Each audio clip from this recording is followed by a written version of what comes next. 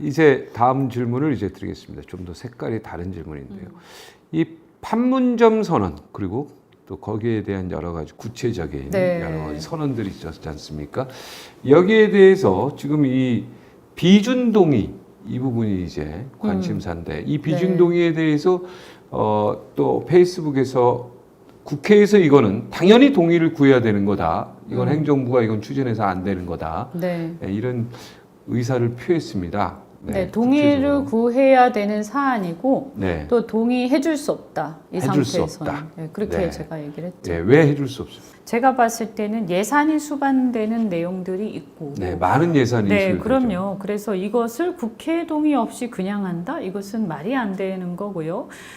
지금 아무런 구체성이 없잖아요. 네, 아무 구체성이 없기 때문에 그러니까 이게 비준 대상이 아니라는 게 아니라 비준 대상이지만 현재 상태에서는 비준해 줄 수 있는 근거가 없다는 거죠. 네. 북핵 문제와 관련해서 우리가 무슨 중재자라고 하면서 완전히 빠져버리고 그냥 뭐 이렇게 미국하고 북한하고 하는 거에서 우리가 막 중간에 북한 입장에서 계속 북한을 대변하면서 미국 설득하고 이렇게 해서 뭐가 진행되면 그 다음에 짜잔하고 발표하는데 그거는 중재자 입장에서 한 거기 때문에 굳이 국민들한테 설명할 필요도 없고 국회에 설명할 필요도 없고 뭐 이런 식으로 진행되고 있어요 지금. 그런데 비핵화의 가장 큰 당사자는 우리나라죠. 우리나라죠. 그 핵이 단 한 발이라도 남아 있으면 우리는 절대 참을 수가 없죠.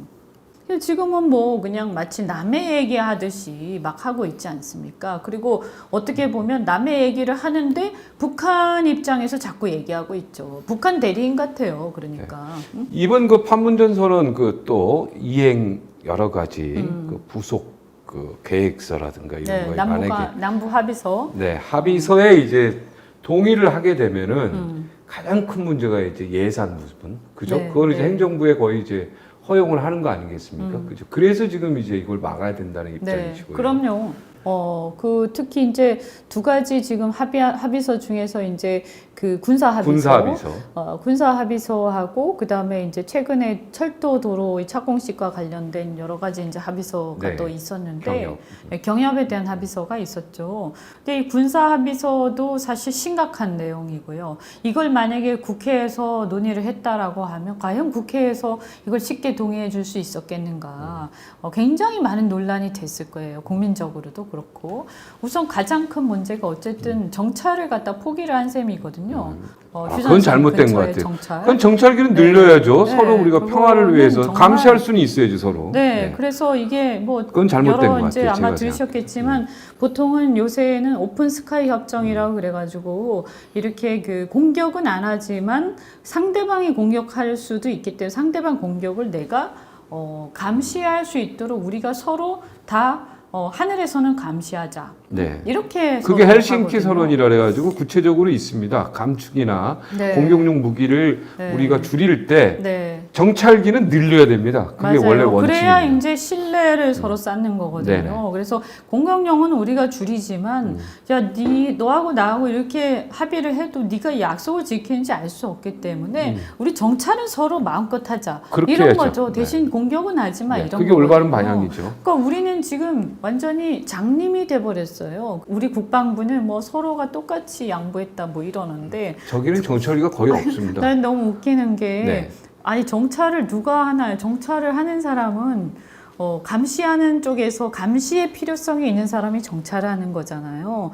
그러면 지금까지 남북 관계가 군사적으로 봤을 때 도발을 누가 해왔어요? 그 북한이 해오고 우리는 항상 감시하는 네. 입장이거든요. 그러니까 북한은 우리가 도발한 적이 없기 때문에 북한 정찰할 이유가 별로 없어요. 네. 그런데 그거를 갖다가 똑같이 했다. 이런 어리석은 일이 어떻게 있어요? 입장이 서로 다른데.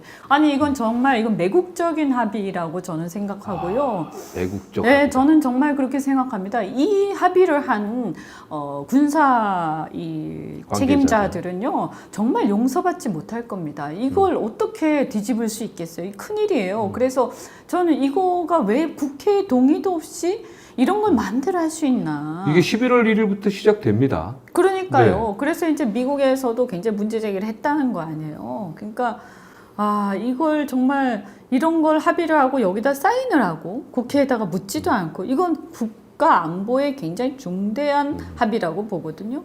그리고 그러니까 이런 것들에 대해서 사실은 우리가 이걸 만약에 국회 보고 비준해 달라고 하면 해줬겠어요? 당연히 절대 안 안 해줬죠. 해줬죠. 그리고 역사에 NLL도 남는데. 그럼요. 누가 거기 사인할 수 있겠어요? NLL도 마찬가지죠. 그것도 뭐 이런저런 궤변을 늘어놓지만 사실 우리가 양보한 거 아닙니까? 네? 많이 한 거예요. 많이 양보했죠. 인천 앞바다, 뭐 그리고 충청남도 그게 벌써부터 지금 징조가 나타나고 있잖아요. 북한에서 막 이렇게 우리 어선들 보고 큰 소리 치는 거 아니에요. 네. 나가라고. 참 기가 막혀서. 아니 며칠 지나자마자 그런 일이 있었잖아요. 그다음에 철도와 도로 이런 경협 같은 경우에도 아니 나는 무슨 이렇게 이게 무능하다고 해야 될지 아니면 이 나라에 대한 정체성이 불분명한 건지 잘 모르겠는데 이 철도, 도로, 이런 뭐 전기 이게 다 인프라인데요. 이게 뭐냐? 이게 전략 물자예요. 전부 다. 그죠? 전략 그렇죠. 물자죠. 중요한 전략 물자죠. 네. 그러니까 전쟁 시에 다 필요한 것들이란 말이에요. 그러면 이제 뭐냐? 이거는 경협을 하려고 해도 우리가 예를 들어서 쌀이라든가 뭐 백신이라든가 이런 어떤 인도적 지원은 저는 뭐 논쟁이 있을 수 있습니다만 최소한의 범위에서 해줄 수도 있다 생각해. 근데 그게 아니라 이거를 갖다가 쌀도 이제 어떻게 가느냐 이걸 누가 관리하냐 굉장히 중요하겠죠. 근데 그게 아니고 이런 인프라 같은 게 더더구나요. 쌀보다는 햇반으로 주는 게 낫죠. 제 생각인데. 네, 팔 수가 없을 테니까. 햇반은 그냥 먹을 수밖에 없잖아요. 네. 그거 괜찮네요. 네, 쌀은 묵혀놓고 얼마든지 전쟁 물자로 쓸 수 있죠. 그렇네 진짜. 햇반으로 줘야죠. 햇반은 좀 괜찮습니까? 아니야, 햇반은 그 유효기간이 있어가지고 한 달 안에가 못 먹으면 썩어요. 이거 무조건 먹어야 돼요. 네, 햇반이 낫죠. 기본적으로 이런 거죠. 지금 비핵화가 시작도 안 했잖아요. 이제 입구로 이제 아무것도 시작 안 했어요. 사실은 실질적으로 한 게 하나도 없어요. 그런데 이제 제가 얘기하는 게 뭐냐면 비핵화가 실질적으로는 진전이 안 됐는데 실질적으로 진전된 것 같은 이미지만 계속 풍기고 자꾸 있다. 착각만 일으키죠. 계속 말로 이렇게 말장난하면서 계속 웃으면서 계속 악수하고 부둥켜안고 하면서 마치 진전된 것처럼 보이지만 내용을 따져보면 하나도 진전이 안 된 거죠. 이런 상태에서 우리가 인프라를 지원한다. 이거는요. 그냥 우리 그쪽 보고 핵무기 더 만들라는 얘기하고 똑같은 거예요. 그 다음에 이제 비핵화가 되고 나면 그러면 그때 가서는 할 수 있냐라고 했을 때 그때 가서 이제 우리가 이 검토해야 되는 게 뭐냐. 비핵화가 안 돼요. 핵은 북한의 생명과 같은 존재인데 그게 어떻게 됩니까? 저도 사실은 비핵화가 절대 안 돼요. 현실적으로 봤을 불가능합니다. 때 굉장히 어렵다고 생각합니다. 네. 그런데 이제 그렇다고 해서 우리가 공식적으로 안 된다라고 하는 제 순간 생각에는 안 된다고 봐요. 북한은 생명과 같은 존재인데 그 그러니까 생명을 이제 애롭겠습니까? 사실은 저는 미국이요 그거를 모르지 않는다고 생각해요. 당연히 알겠죠. 그걸 알고 있고 지금 입장에서는 아마 트럼프는 시간 끄는 쪽으로 간 것 같아요. 그래서 뭐라고 하냐면 나 이제 시간 이렇게 데드라인 정해놓고 막 급하게 서두르지 않을래. 천천히 할 거야. 너도 천천히 해. 뭐 이렇게 얘기하거든요. 중간 선거 있지 않습니까? 미국. 그것 때문에 지금. 근데 이제 저는 그때 즈음에 하려고 하죠. 그거라기보다는요. 이게 뭐냐면 이 좌파들은 그거를 자기들한테 유리하게 해석을 하더라고요. 트럼프가 나 이제 시간 안 끌게라는 거를. 근데 그건 잘못 알고 있는 거예요. 제재는 절대 풀지 않으면서 계속 옥죄는 거죠. 그러나 이제 말로는 계속 대화를 하자, 응? 얘기를 하자 이렇게 하면서 이제 도발을 못하게 일단은 딱 묶어놓고 그 다음에 이제 계속 시간을 끌면 그러면 내가 아쉽냐 네가 아쉽냐 이렇게 얘기하는 거예요. 트럼프는.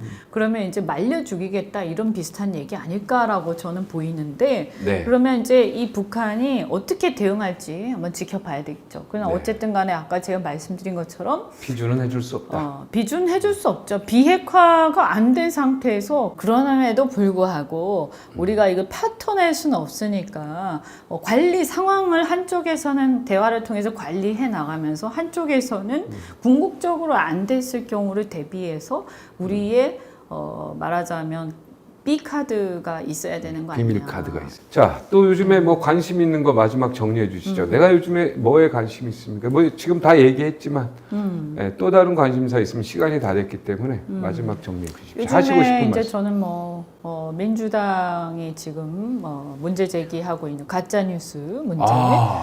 예, 그래서 그 사실 유튜브 이게 하시는 이제 분들이 좀 위축되는 것 같아요. 네. 아무래도 그럴 수밖에 없죠. 그리고 지금 법무부에서 무슨 얘기를 막 한 거 아니에요, 네. 그죠? 그래서 고소 고발이 없어도 그냥 조사하겠다. 오, 뭐 이렇게 한 거거든요. 근데 이게 말이죠. 조심해지네요. 자기가 이제 뭐 여기서 문제가 있어가지고 기소가 되고 이런 걸 떠나서요. 일단 조사를 받는 것 자체가 굉장히 스트레스고 불편한 일이고 그 자체의 침해입니다.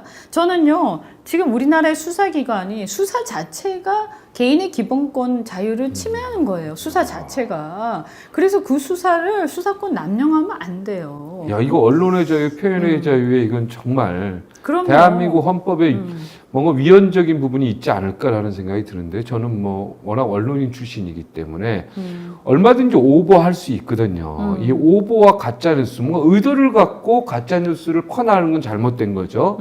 그렇지만 나도 모르게 오버할 수는 있어요. 모든 기자들이 오버도 가끔 하지 않습니까? 이런 것까지 다 가짜뉴스로 취급하지 않을까 이런 걱정이 되네요. 아니, 그러니까 이제 지금 하는 얘기를 보면 어쨌든 간에 미리 수사를 막 남용하고, 그죠? 그래서 뭐 고소를 안 해도 막 남용하고, 그러면 이제 수시로 그냥 스크리닝 하겠다는, 검열하겠다는 얘기죠. 한마디로. 네. 그죠? 그렇게 되면 일단, 조심할 수밖에 없어요. 그럼 입조심을 한다는 얘기는 위축이 되는 거죠. 언론의 자유가. 네. 그리고 이게 사실은 결과적으로 어떤 법을 위반했다든가 명예훼손이 되면 그럼 그때 가서 이제 사실은 처벌하면 될 일이에요. 명예훼손이 있어요, 우리나라는. 그럼요. 네, 그 손해배상 법에 의해서 청구도 하면 있고. 되거든요. 네. 형법에 다 있는데요. 근데 이게. 이제 이렇게 함으로써 그리고 또 하나는 뭐냐 민주당이 구글에 찾아가서 항의를 했잖아요. 100몇십 개를 얘기를 했다는데 그 공개도 안 하고 있잖아요. 그래서 아니 그러면 가짜 뉴스라고 그들이 구글에 가서 압박을 했다는 그 100몇십 개 그 공개해. 왜 못해? 근데 공개 못 하잖아요. 그러니까 뭐 자기들도 뭔가 꿀리는 게 있는 거죠. 이게 가짜 뉴스라고 하기보다는 자기들이 비판한 자기들은 가짜 뉴스 얼마나 많이 했어요. 응?